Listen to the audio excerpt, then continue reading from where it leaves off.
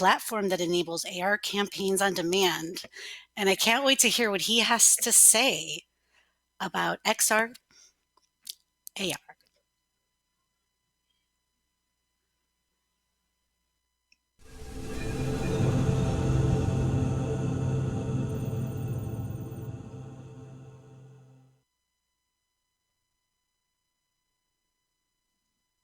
Hello, everybody. I'm David Ripert, and I'm the CEO of Poplar. Thank you so much for the introduction, Chair, and I'm very happy to be with you here at AWE Online.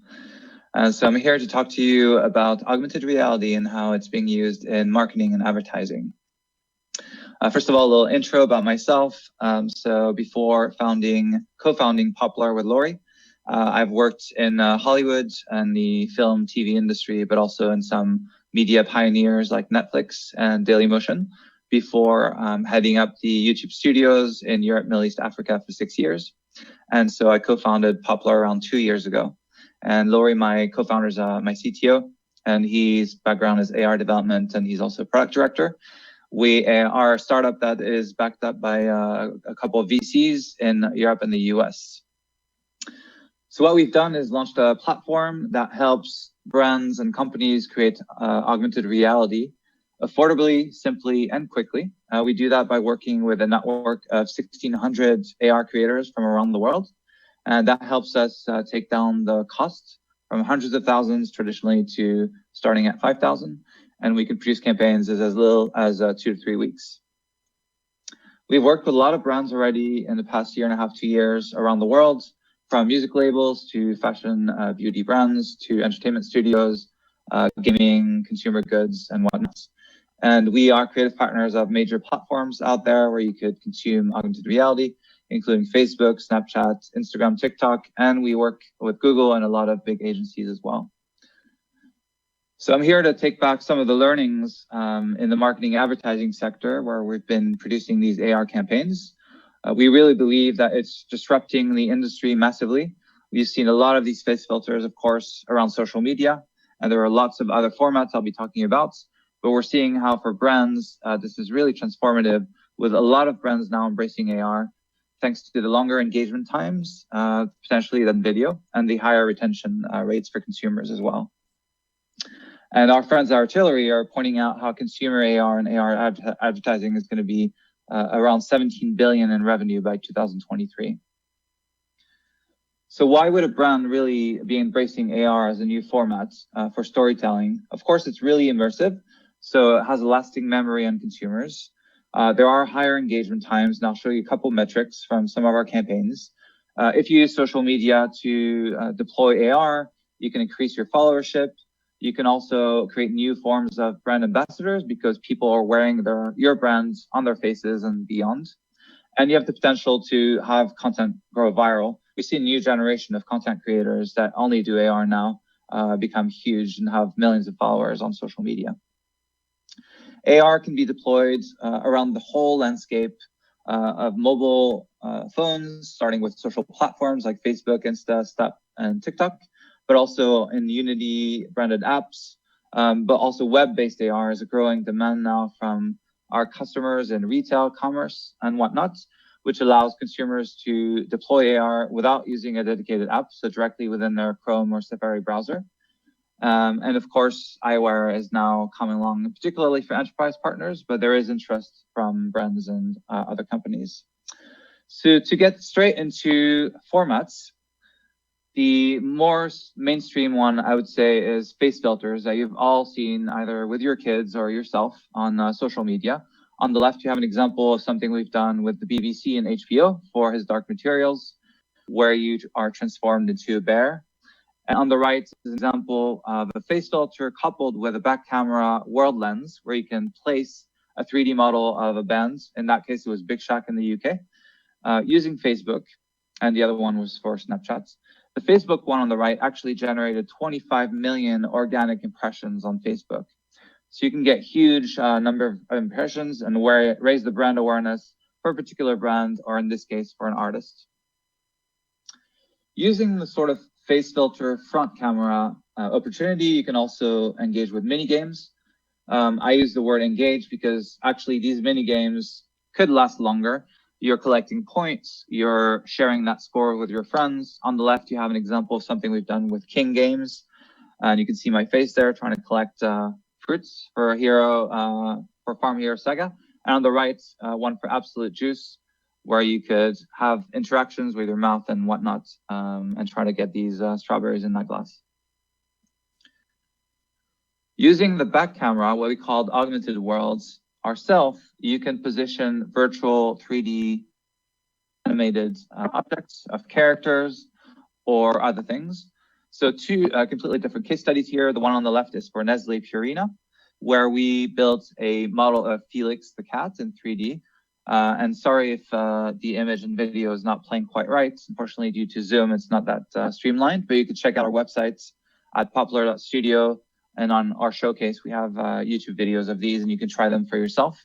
So the one on the left with Nestle, they deployed this in Snapchat and had media on top. So they generated actually 172 million paid impressions of that lens, which was really massive and way beyond what they've gotten for video. We also, as you can see, had 25% of the users capture and share. And also in terms of engagement, generated 30 seconds of playtime with that 3D cat. So quite a lot of engagement here. The one on the right is completely different. It's actually for Bayer Pharmaceutical, but they work with a lot of farms out there to sell their products. And this allowed them, once the farmers scanned a QR code, to launch a virtual animated crop. And then they had different reports that they could scroll through, could click on it through their phone and access these PDF reports directly. It's a lot more engaging and innovative for that brand, even though their customers are sort of B2B. And even more immersive, using augmented reality on your phone, you could recreate a portal.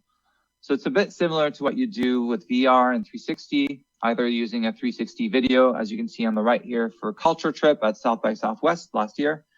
People could go into Hong Kong, London, and New York using their phone camera and using 360 videos, turn the camera back to them and do an engaging face filter that they could share with their friends. And on the left for Disney, to promote Aladdin Theatrical, we actually recreated completely the Cave of Wonders using 3D. You could touch the screen, rub the lamp, flip the camera back to the face filter function, and then have a sort of photo taken with your friends. And this was actually one of the artists from there. The landmarkers are really cool functionalities from Snapchat exclusively, where you can now transform a lot of different landmarks around the world. It's been done in many different cities. I'm sure you've seen the Game of Thrones one in New York, also in Buckingham Palace for Pride. So a lot of cool ways to engage with your environment using your mobile phone and image recognition for buildings. And then going into the retail commerce environment, something that you can think about for converting. So when you're not wanting to necessarily raise brand awareness, or you don't necessarily want to increase engagement, you actually want to sell products. Well, AR is great. And especially in these times around COVID and shops being closed down and people staying at home, we already know that 50% of the consumers are researching heavily using digital platforms and are wanting to try on products before they can even go to the store, and sometimes they can't at all. So for Speedo on the left, we created an application, and also using web AR in their stores, you could, using a tablet or a mobile phone, try on 35 different variations of swimming goggles that are very realistic with different colors. So you could try them on your face, and you can buy those products directly on there. And on the right is a furniture, I would say try-on or visualization using web AR again. It could be animated, so in this case, a couch, and it can get third-party sites or commerce sites to buy there. So we've seen actually quite good results with Speedo, with 11 times increase in intent to buy from customers. And also using your camera, you can now scan your environment. For example, consumer packaging. We've done things with Viacom in Walmart stores in the US for SpongeBob. This is another example here on the screen for beauty products. And you can scan products and get overlaid information. Either it could be data telling you what's in the product. If it's food, for example, it could give you the calories or whatnot. You could launch videos and see how the product was made. For Jack Daniels, we had a video showing the distillery in Tennessee, and that was coupled with a face filter. Or you could just overlay animated 3D models and just build something really engaging for the consumer in that store. And in terms of visualizing information, actually, that could be used for more B2B environments, not just consumers. So for PwC, they had this great report come out last year, which you may have read, talking about the VR, AR sector. I think it was called Seeing is Believing. And in that case, peppered throughout the report, we developed these animations for them. On the left, you could see a hologram of one of the PwC employees talking about VR and AR. And on the right is sort of an animated visualization of data. So this was about showing how accelerating the industry is going through phases of revenue just piling up. So you could scan a physical report, you could scan the websites, and it would trigger these animations with your mobile phone. And then one really cool thing, of course, that Google has announced at I/O last year, and there are more and more articles coming out of 3D animals that you can place in your home, particularly when the kids were bored during this epidemic. Using the similar format of 3D models, you can actually traffic these as ads now in Google throughout the Google Display Network. And so we've created on the right a 3D ad for MG cars in India. And that was modeled by us, and we created the whole banner ads that comes in different formats, and that's trafficked directly in the Google advertising display network, directly within articles, for example. And using your finger or on the computer, you can scroll through that model of the car, you can zoom in, you can change the color, you can redirect to a third-party site to find out more, and you could buy the product directly from there. So that's been done by Guerlain before with Google, and you can see how this could apply to many things out there like TVs, coffee machines, or other things. So it really is the future of advertising, taking over potentially display, video, and other traditional formats because it's so much more engaging for consumers. So there are so many different platforms that you can use out there to deploy AR. So how do you choose the right ones? We've actually done a little study, and I don't really quite have enough time to go over this, but things to consider, of course, is what functionalities you want in the end. So just to pick an example, with web AR, so having AR directly in a mobile browser, you cannot film a video of yourself using the effect. You can take pictures, but then if you want to take that viral or share on social networks, you'll have to re-upload that. Versus using AR directly within an app like Facebook, Snapchat, or Instagram, or TikTok, you can share it natively with all of your friends. On the opposite side, if you want rich analytics right now and you're using Facebook, Snap, TikTok, and others, you don't have a lot of, I would say, metrics available to you. You'll see the number of impressions generated, the number of captures, and the number of shares, but that's about it. Whereas with web AR, you could really use on the back end Google Analytics. So you're going to get things like demographic, how long someone's used your effect, when they dropped off, when they shared, who these people are. So you can build really rich data. You could also ask people to indicate what their email is and sort of do a contest, for example, and keep in touch with them or redirect to third-party sites. So there are plus and minuses to each. If you want to find out more about best practices around AR for marketing, advertising, retail, and commerce, or understand which platform to use, we have a comprehensive guide at poplar.studio/AR guide. So check that out. Again, if you want more examples, if you want to see better videos than what I was able to do through Zoom, check out poplar.studio/showcase or just go to our homepage. And I want to really thank you for your attention. And yeah, I'm happy to take questions now. Hi, David. That was a great talk. I love I know, filters. thank you. Such a great way to market today. We do have some questions from Consuela Morano. She wants to know how well these kind of ads perform compared with traditional channels in terms of money spent versus reach and involvement, etc. Yeah, it's a good question. So I think it would depend on the objective for the client. So on one end, there's the brand awareness objective. In that sense, if a client is looking for a number of impressions as a success metric, for example, I've mentioned a couple of case studies that perform really well. So to go back to one of them, for Universal Music, we did this campaign for Big Shack, which was a band, and they achieved around 25 million impressions purely organically on Facebook. And that filter cost around 4 to 5,000 to produce, so it was quite affordable. So when you do the math, if you had to do a CPM equivalent, so for 1,000 impressions, that would be around 20 cent cost. If you compare that to a YouTube ad or another type of traditional ad, it's much more affordable actually. There is a misconception that it can be very expensive to produce AR. That's something that's slightly a disservice to the industry, I think, at this stage. However, people don't really know how to go about it. So they do work with a lot of traditional agencies and studios, which is great. Those can cost quite a lot of money. So there is a question of ROI there. Of course, you can also work with content creators directly. And I'm animating a track at AW around creators for social media. There's a lot of, budding influencer sort of AR creators, designers that can do stuff for Facebook, Instagram, Snapchat, TikTok, and are very affordable as well. You can work directly with them. So it can be ROI positive in that sense. There are a few other success metrics like engagement. Again, I mentioned the 30 seconds for Nestle. That was quite superior to some of the video ads they could have run because people have a tendency to click out on ads quite quickly on YouTube and other websites. AR does prove to be very interactive and engaging because people can wear stuff on their face, but also let's say they're trying a Christmas tree in their living room, and that was done for Office Depot, I think, or Home Depot, sorry.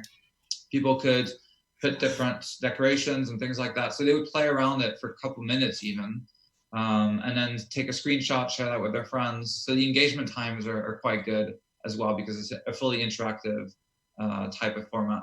The last thing is conversion, which is quite interesting as well. So especially for try-ons, for retail, especially in these times with COVID and a lot of stores being closed, of course, you're able to try on furniture, TVs, electronics. The Speedo example for swimming goggles, glasses. A lot of companies have been using that for makeup as well, try-ons. So it's quite an efficient way that can translate directly into sales, which you can't do with traditional e-commerce. Of course, people can buy, but by trying on, they're even more convinced about that product. Absolutely. We have one more question from Steve Ramos. He said, understandably, AR advertising is affordable to big brands. What are some AR points of entry for smaller brands or businesses?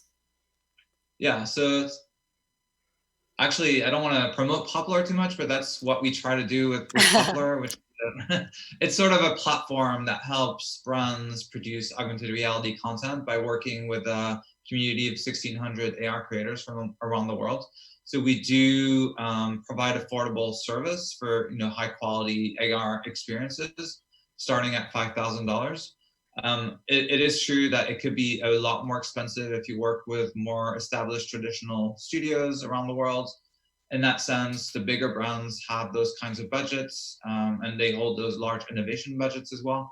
And I realize 4,000 or 5,000 is still pretty expensive for smaller companies.